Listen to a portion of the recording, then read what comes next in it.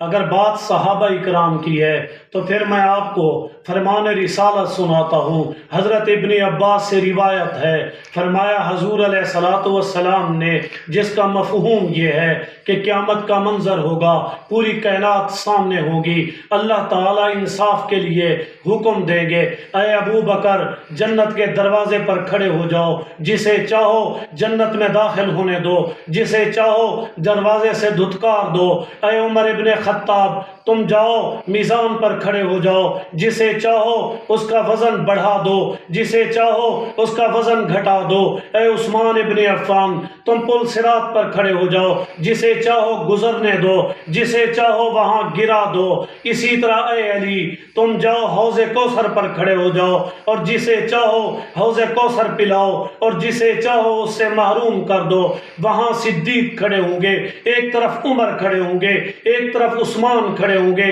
ایک طرف علی کھڑے ہوں گے۔ یہ وہ صحابہ ہیں جو ستاروں کی مانند ہیں، ان کی مرضی کے بغیر، ان کی منشا کے بغیر تو کامیابی دنیا میں کیا آخرت میں بھی ناممکن ہے۔